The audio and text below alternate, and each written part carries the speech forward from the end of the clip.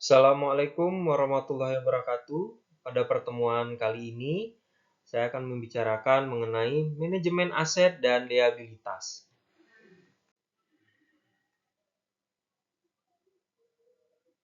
Definisi dari manajemen aset dan liabilitas itu sendiri, itu adalah suatu pendekatan strategi yang dilakukan oleh bank atau institusi keuangan untuk memastikan keseimbangan antara aset atau harta dan liabilitas atau kewajiban mereka. Tujuannya yaitu untuk menjaga profitabilitas dan likuiditas dan juga mengelola risiko munculnya akibat ketidakseimbangan dalam struktur keuangan bank.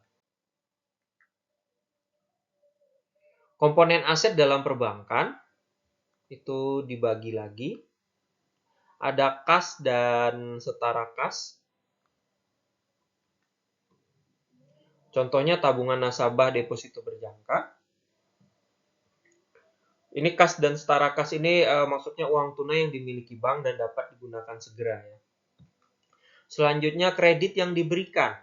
Jadi berupa pinjaman yang diberikan kepada nasabah baik individu maupun bisnis. Contohnya kredit usaha kecil, kredit perumahan pemilikan rumah ya atau KPR. Lebih dikenal dengan KPR. Kemudian ada surat berharga, instrumen keuangan yang dapat diperjualbelikan untuk menghasilkan keuntungan. Contohnya obligasi pemerintah dan sertifikat deposito. Selanjutnya investasi jangka panjang. Aset yang diinvestasikan dalam jangka panjang untuk memperoleh keuntungan di masa depan.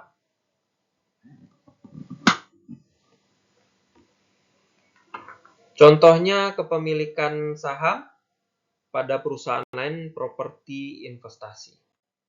Kita lanjutkan, yang ketiga ada komponen liabilitas dalam perbankan.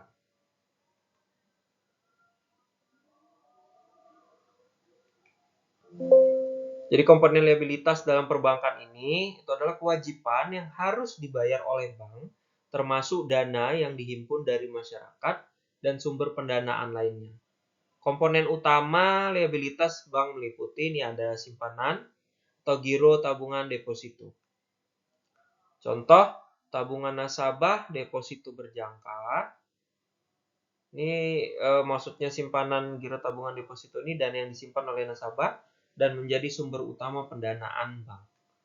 Kemudian pinjaman dari bank lain, dana yang dipinjam dari bank institusi keuangan lain untuk kebutuhan operasional.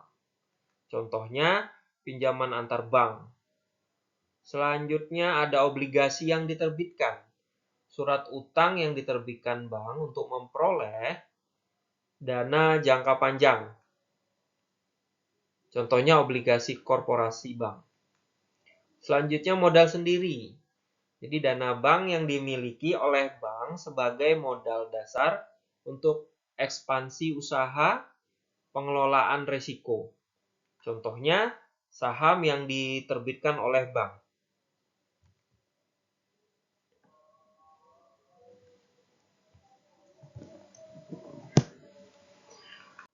Kita lanjutkan yaitu ada strategi manajemen.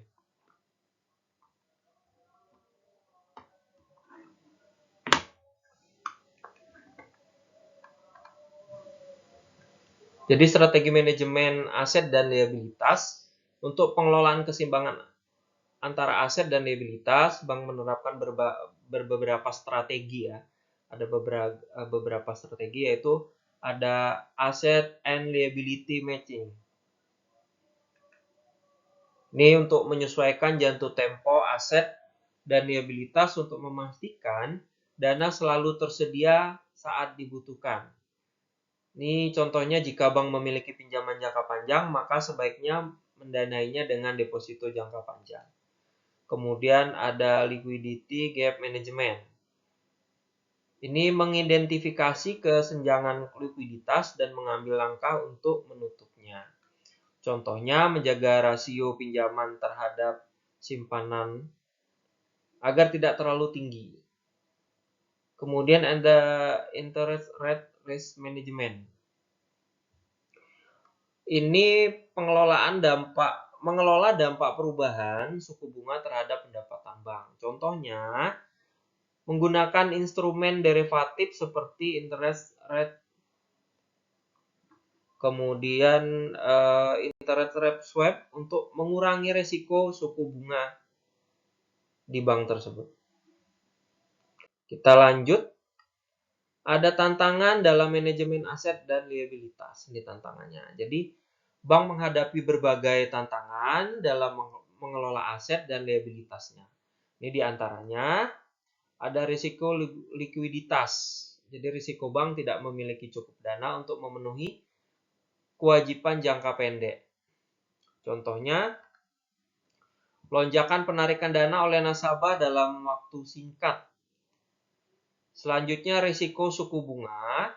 Risiko yang muncul akibat perubahan suku bunga yang mempengaruhi pendapatan bunga bank. Contohnya, kenaikan suku bunga menyebabkan biaya dana bank meningkat, sementara pendapatan bunga dari kredit tetap rendah. Kemudian ada perubahan regulasi. Contohnya, perubahan regulasi inilah bank yang harus menyesuaikan strategi keuangan mereka dengan aturan yang dikeluarkan oleh otoritas keuangan. Ini ya contohnya tadi ya, perubahan peraturan tentang rasio cadangan wajib bank di Bank Indonesia. Dan yang selanjutnya ada studi kasus krisis likuiditas Bank Centuria pada tahun 2028 mengalami likuiditas akibat ketidakseimbangan antara aset dan liabilitas. Bank ini terlalu banyak menyalurkan kredit bermasalah dan memiliki aset yang sulit dicairkan. Sementara kewajiban kepada nasabah tetap berjalan. Ketika banyak nasabah menarik dana mereka secara bersamaan, Bank Senturi tidak mampu memenuhi kewajiban yang akhirnya berujung pada penyelamatan oleh pemerintah melalui mekanisme bailout. Kemudian pelajaran dari kasus ini, bank harus memiliki cadangan likuiditas yang cukup untuk mengantisipasi penarikan dana besar-besaran. Kemudian pengelolaan kredit harus dilakukan secara ketat untuk menghindari kredit bermasalah juga ya. Kemudian kepatuhan terhadap regulasi sangat penting dalam menjaga stabilitas keuangan bank. Kesimpulannya, manajemen aset dan liabilitas adalah bagian penting dari strategi perbankan yang bertujuan menjadi keseimbangan antara aset dan kewajiban. Dan juga memastikan likuiditas, meningkatkan profitabilitas, kemudian menerapkan strategi yang tepat untuk bank menghindari risiko likuiditas, suku bunga, dan ketidakstabilan akibat perubahan regulasi. Jadi studi kasus menunjukkan bahwa kegagalan dalam ALM ini singkatan dari ini tadi ya. Singkatan dari manajemen aset dan liabilitas. Jadi kegagalan dalam ALM dapat menyebabkan krisis keuangan yang serius. Baik, itulah kesimpulannya terkait dengan manajemen aset dan liabilitas. Semoga bermanfaat. Wassalamualaikum warahmatullahi wabarakatuh.